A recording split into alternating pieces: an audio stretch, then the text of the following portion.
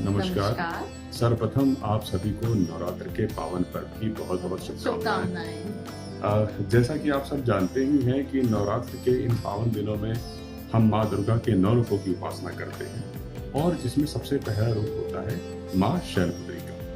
तो आज नवरात्र के इस प्रथम दिन के शुभ अवसर पर हम जानेंगे माँ शैलपुत्री के बारे में।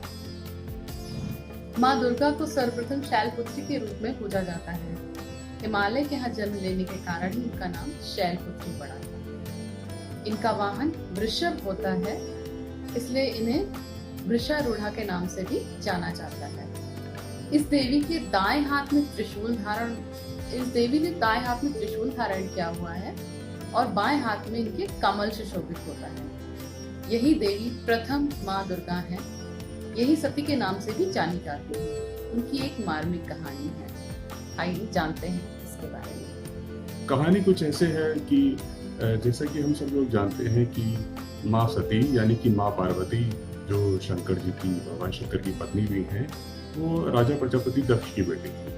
तो एक बार राजा प्रजापति दक्ष ने अपने राज्य में एक यज्ञ का आयोजन किया और उसमें उन्होंने भगवान शंकर को छोड़कर समस्त देवी देवताओं का आमंत्रण किया। जब माँ सती तक ये समाचार पहुंचा कि उनको उस यज्ञ में आमंत्रित नहीं किया गया है, तो वो बहुत व्याकुल हो गई।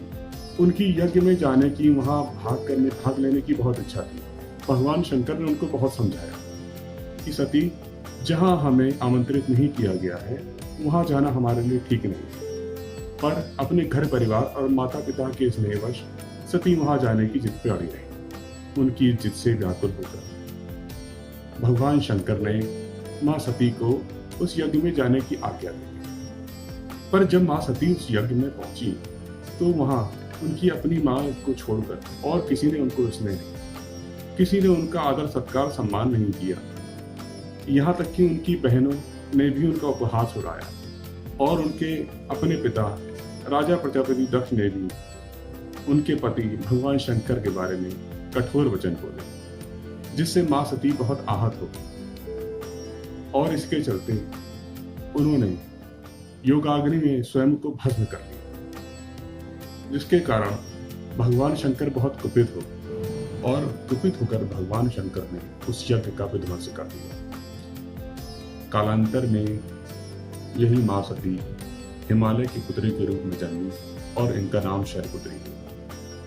पार्वती और हेमवती माँ शैलपुत्री के दो अन्य नाम हैं। माँ शैलपुत्री का विवाह भी भगवान शंकर से हुआ और इन्हीं माँ शैलपुत्री को हम नवरात्र के प्रथम दिवस पर दुर्गा के रूप में आराधना करते हैं।